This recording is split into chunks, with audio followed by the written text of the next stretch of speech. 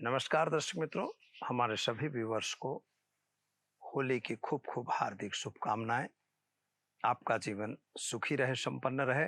होली का पर्व आपके जीवन में हर्ष और उल्लास लेके आए, यही प्रार्थना।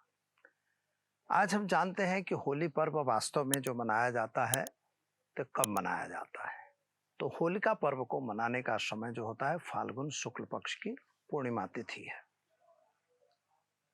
और इस पर्व को मनाने के लिए वास्तव में ये हम माने कि हमारे घर में ही होता है, हमारे देश में होता है, ऐसा नहीं है। यह देश के अलग अलग कोनों में भिन्न भिन्न नामों से इस पर्व को जाना जाता है। जैसे मान लीजिए कि हम बात करें भारत में, तो भारत में इसको होलिका नाम से पहचाने जाते हैं, यानी होलिका पर्व से हम लोग जानते हैं। दूसरे दिन को हम लोग धुलेष्टी के नाम से भी पहचानते हैं। इटाली के प्रदेश में इसको रेविका नाम से जाना जाता है। और रेविका में क्या होता है कि कीर्तिवाल की एक मूर्ति होती है, उसको चौराहे पे ले आके उसको जलाया जाता है। ऐसा वहाँ का रिवाज है जो लगभग फरवरी महीने में किया जाता है। इसके बाद जो है तो फ्रांस में ईस्टर के नाम से, ईस्टर के समय से यह पर्व मनाया जा रहा है। और फ्रांस में ईस्टर के समय से यह पर्व मनाया जाता है और इसे पवित्र तिथि के रूप में भी मनाते हैं फ्रांस में।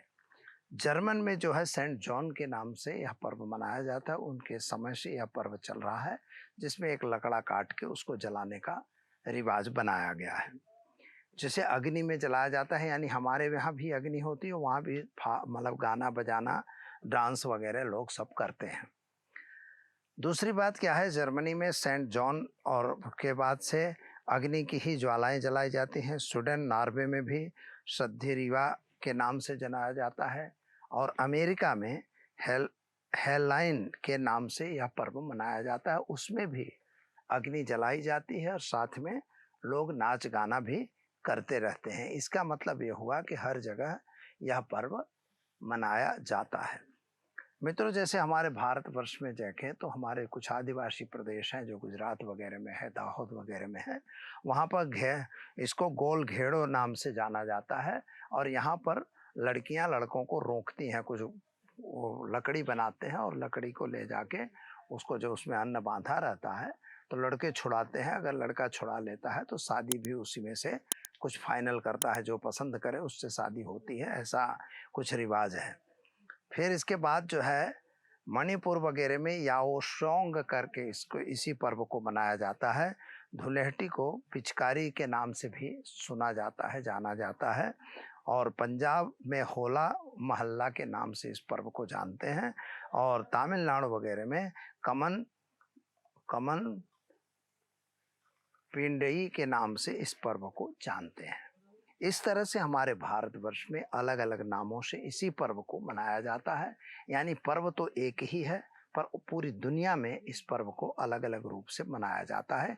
यानी यह पर्व सार्वत्रिक है। सनातन धर्म के लिए यह सर्वसे श्रेष्ठ पर्व है। और संवत्सर भी इस पर्व को इसलिए कहते हैं कि जब हम होलिका दहन करते हैं तो होलिका दहन में जो ध्वज लगाते हैं उसे हम संवत्सर कहते हैं। पिछला संवत्सर खत्म हुआ, दूसरा शुरू होगा, यानी उस संवत्सर को हम जला देते हैं। और उस संवत्सर जिस दिशा में गिरता है उसके हिसाब से हमारे देश की आर्थिक स्थिति कैसी रहेगी, भाव वगैरह कैसे रहेंगे, बरसात वगैरह कैसे रहेंगे, उनका क्यास लगाया जाता है और लोग उसकी भविष्यवाणी भी किया करते हैं। तो दर्शक मित्रों, यह होलिका का विशेष महत्व था। तो दीजिए मुझे इजाजत। नमस्कार।